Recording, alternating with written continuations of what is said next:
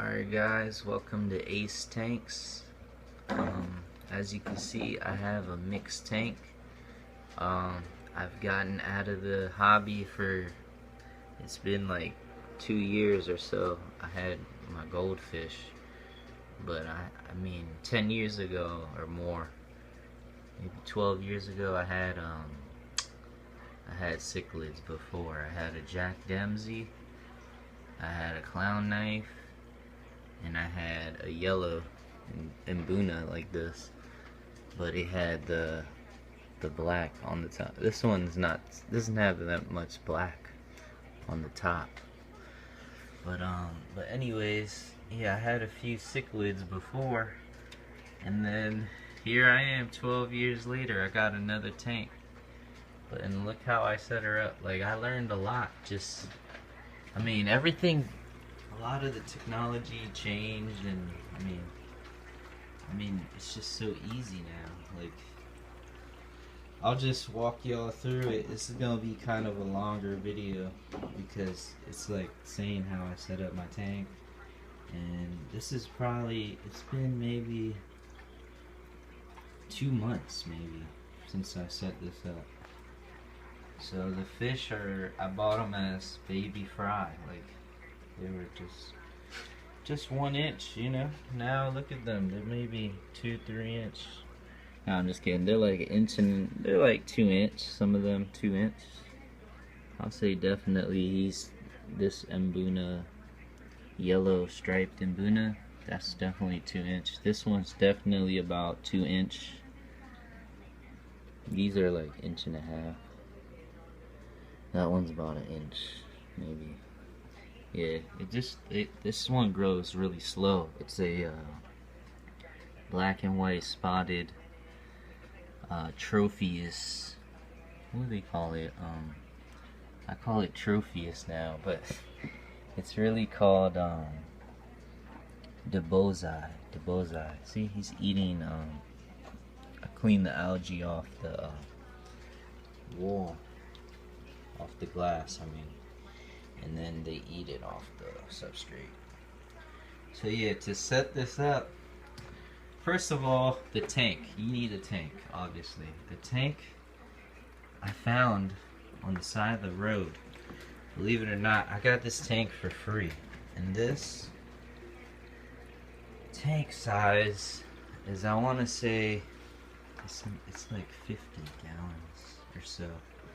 But it's like wide, and it's 3 feet long. It's not that big, but it's wide, so like they have a lot of room to turn around.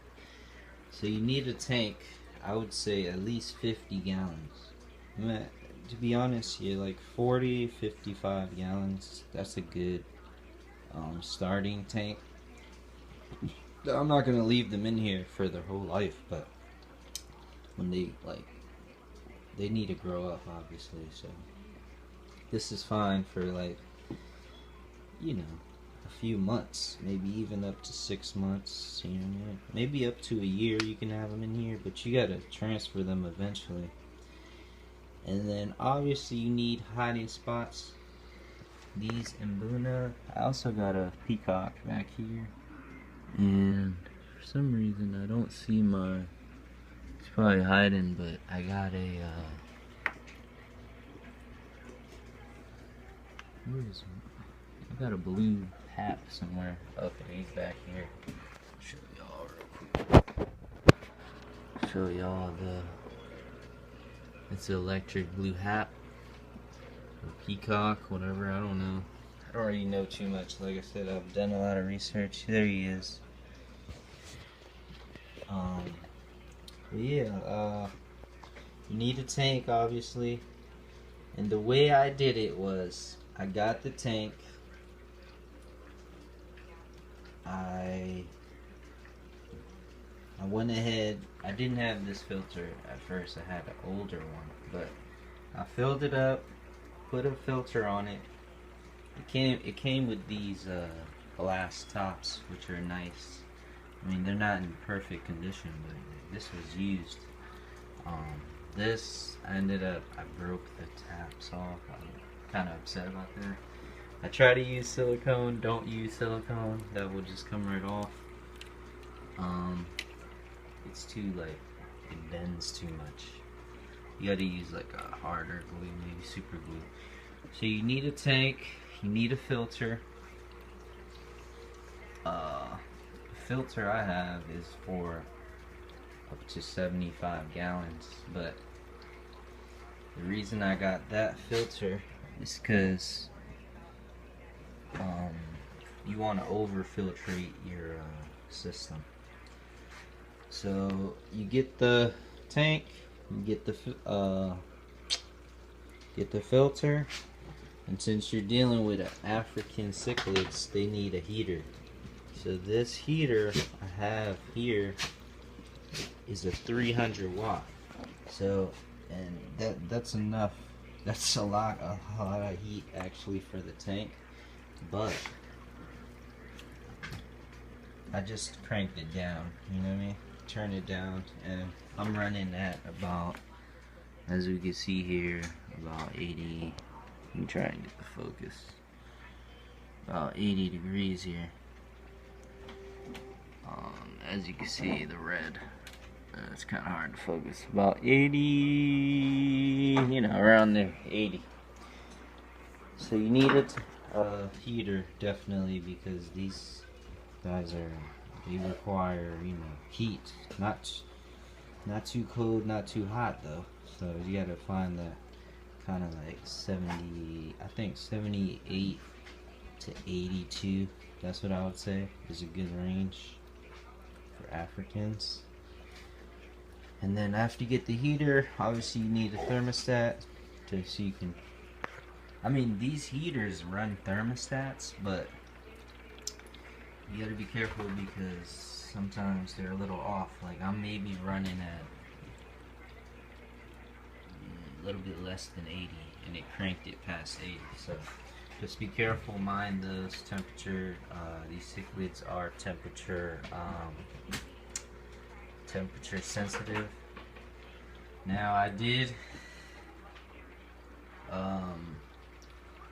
after I got, I guess, the tank, the filter, and the heater, this tank, mind you, was totally empty.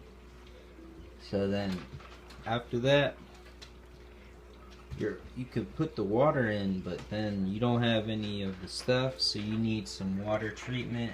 Make sure you get water treatment. You don't want to, you know, poison your fish with chlorine coming out of your fill source, which, you know, like the hose or whatever. I use the hose because it was the easiest for me. I just ran it through the window and inside through the room, and then filled it up. And then after, you can't really add fish right away. You kind of have to wait, like, so the water gets hot. So what I did was I filled it up the night before.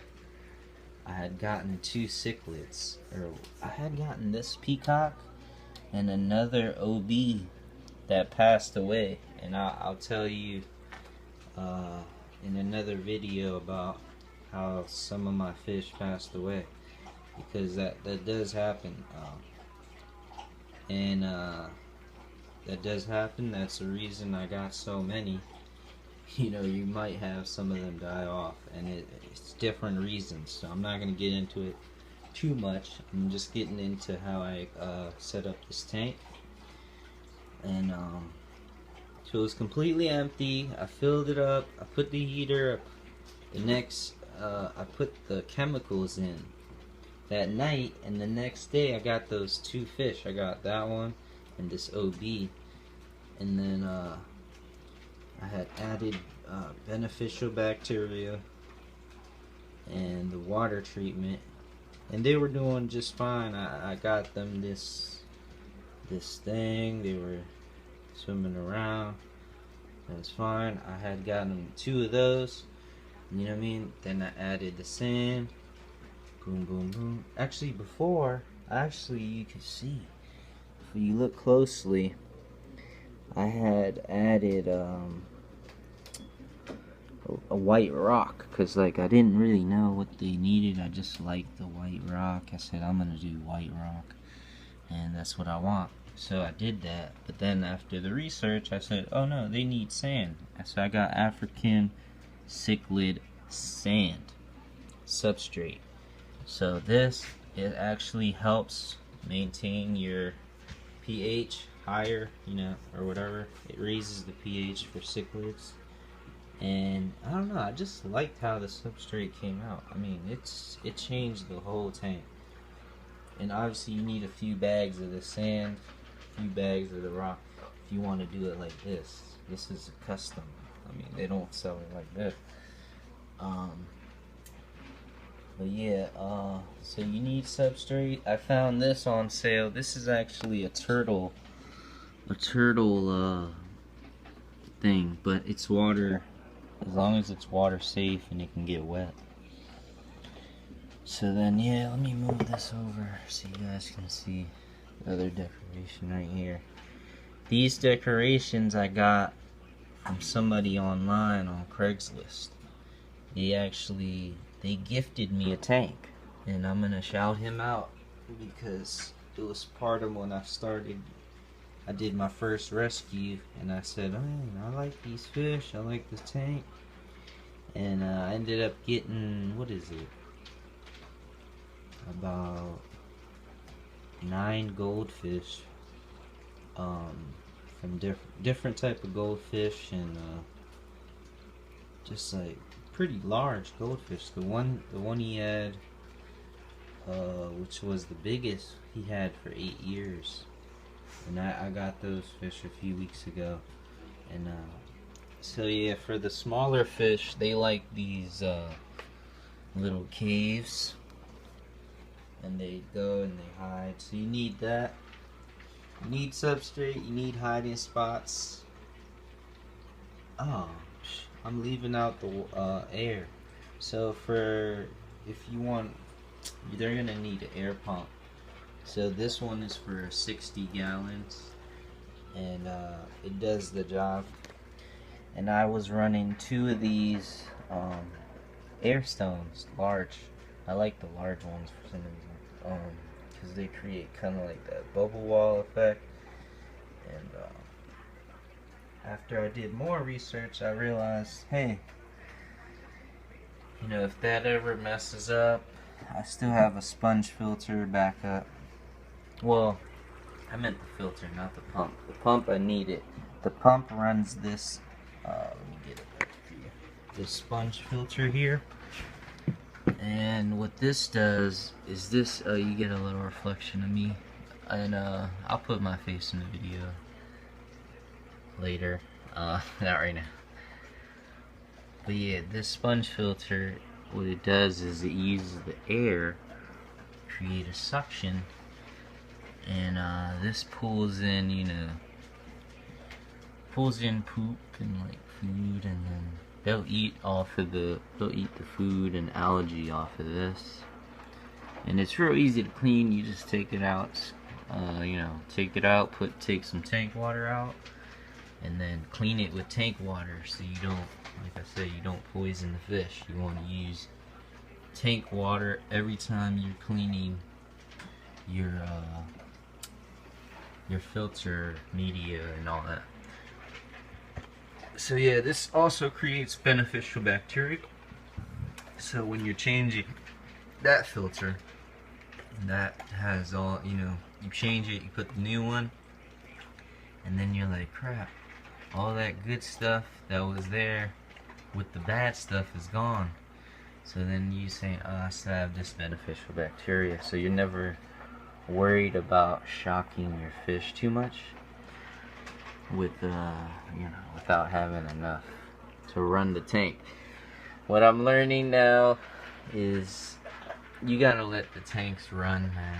You can't keep changing the water and keep changing the water and keep changing the water and keep changing and keep changing the water and keep changing the water, because what happens is, like, you're losing all the good stuff, you know what I mean? So I learned, just change a little water, get the poop that was there, you know, behind all this, get that stuff out, and yeah, you're gonna have a great tank. This is just one of my tanks. Obviously, I got the bug, and I'll go ahead and show you my other tanks in another video. But this was the first tank I set up after about 2 years moving here,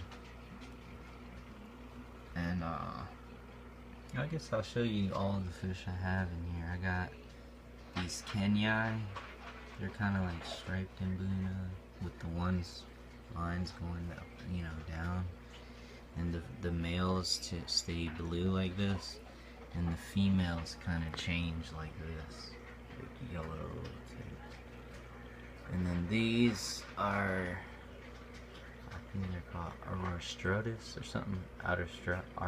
Artostrudis. Okay, I can't even say it, but these ones are known to be very aggressive, and yes, that I can confirm. But what you gotta do is, in the beginning, every day I would change the decorations, because sometimes they like to own stuff, like, hey, don't come here, I'm gonna bite you, you know what I mean? So, like, you gotta be careful with the decorations. And I do have a fish that's pushed up into the filter. Unfortunately, this yellow Laguna has been pushed up into the filter, and he just hangs out there. But he does come out to eat, don't get me wrong. And we got some fighting going on, chasing, but they do get along for the most part. I mean, look at the size difference. Like this, these are all different sizes. I mean, they say get the same size, but as long as you got enough fish, where don't put like 2 or 3, because they'll just kill each other, I guess. So I've never done that. I mean, did it before. They didn't kill each other, but that was like 10 years ago. And they're telling me put more, put more. I actually ended up spending a lot of money. I mean, people think, oh yeah, these are just $4, just $4. Yeah, but some of these are like $20. This fish right here was about $20. You know what I mean? So just do the math. That's $24. Plus this one, that's another 30. Do the math. 34. And the peacock was 5. Those are 5. So yeah. I mean, it gets up there. Like, you know what I'm saying? It gets up there. I'm not saying it's a hell of money, but it's definitely a lot. Invest up front, especially if you don't have already a tank and a heater. You know, I was fortunate. I got some used stuff in the beginning. Also got some new stuff too. So don't get me wrong. I do like new stuff too. You know. But here, I mean, I guess that's about 20 minutes of my tank. Maybe I should go into the food a little bit and how you get them to grow. So I use these Tetra Cichlid flakes. See, I studied the nutrition, and as you can see here, if I can get the focus, this has about 40%, okay, 48% protein, which that's a lot of protein. I mean, the foods we eat, we don't even get that much sometimes.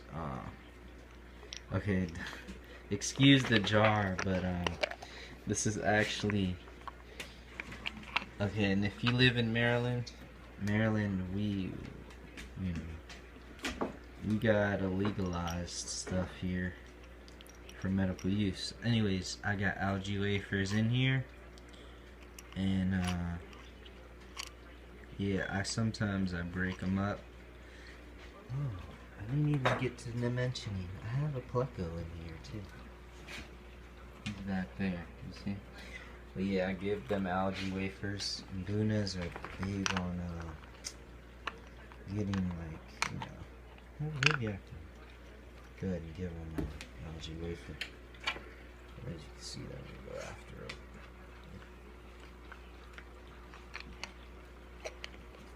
Yeah, so that's good. They like that.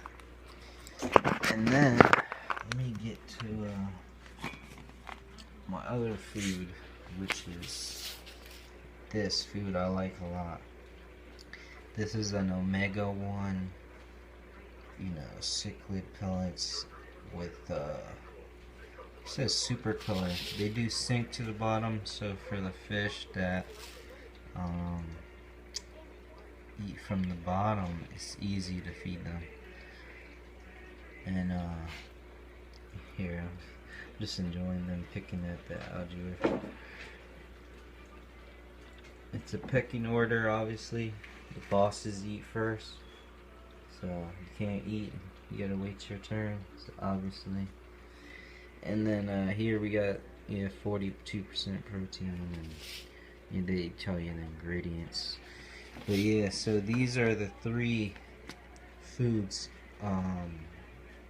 here that I have. I also, when I first got them, I fed them just straight bloodworms for a while, and then after I did the research, I gave them this and bloodworms. And then after I did the research, I said, oh no, they need flakes. Oh no, they need algae wafers. Okay, I just dropped algae wafers, but I'll get that later. Anyways, yeah, these I also give them as a treat. I give them. Look at this pleco. He's just demolishing all the food they don't eat. So, I mean, some people say you can't put a pleco in here. He's a gangster. He survives. He's been bit before. Look at him. He just holds his ground. But yeah. Hey, you're eating my algae wafers. I got my dog eating algae wafers now. That's not good. Anyways, that was easy to clean up. Alright, sorry. Yeah, also give them a frozen omega-1 cichlid food, and that's Champ that's eating that. That's my dog Champ. Anyways, yeah, give them frozen food. The frozen bloodworms, frozen food that's omega-1, and what else? Oh, I started feeding them brine shrimp as a treat. So it's not the frozen brine shrimp, but it comes in like one of these things, and you just pop it in and they destroy it. They love brine shrimp. So as you can see, my pleco is just doing a good job at first. I can't believe how fast it's grown. At first it got torn up, the fins and everything. You can see some fin nipping in the back, but yeah, the pleco is doing good now. But yeah, I guess I gotten into the food, the tanks, the heater, the air, the substrate, the hiding spots, the filtration. This is another filtration thermostat, and all the food. I didn't get into how to do the water change, but this is one of my systems that I first got. Well, it came with the free tank, but yeah, you just pump this, put this inside, pump it. Once we'll leave the hose out the window. Obviously, you don't want to put water in your room, and you don't have to deal with no buckets or this or that. I'm done with buckets, but I still do them here and there just to maintain, strength. Strengthen my arms, and I am a trainer by trade. I studied training, and I got my master's trainer phase 2 certification. So I do have that by trade. Also, just a little background on myself, since you guys don't really know me. I was a pool operator for the county where in the state I live at, Maryland, for maybe 7 years, and I deal with pretty much pool water. So we were checking pH and chlorine all the time, every hour, on the hour. So I'm used to even sometimes twice an hour, because you're dealing with chemicals and acids, and and filtration, and bacteria. So like I kind of knew a lot about water coming into this, and I was born by the water. So I was born in Puerto Rico. Every time we go to the beach. I love this stuff. I mean, you can't take me away. So I figured I'll share my passion with you guys, and I hope you learn something from this. And like I said, if you have any questions or comments, just like and subscribe, man. We out here, we doing our thing, and I hope y'all can see it. Here's my first tank. Ace's Tanks. Peace out.